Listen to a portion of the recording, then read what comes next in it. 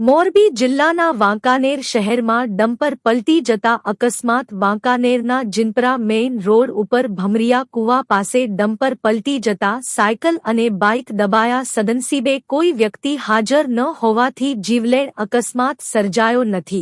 Dumper ચાલકને ઈજા થતા સારવારમાં. જિલ્લામાં બેફામ ગતિએ દોડતા ડમ્પરો ઉપર બ્રેક કોણ લગાવશે તે સૌથી મોટો સવાલ.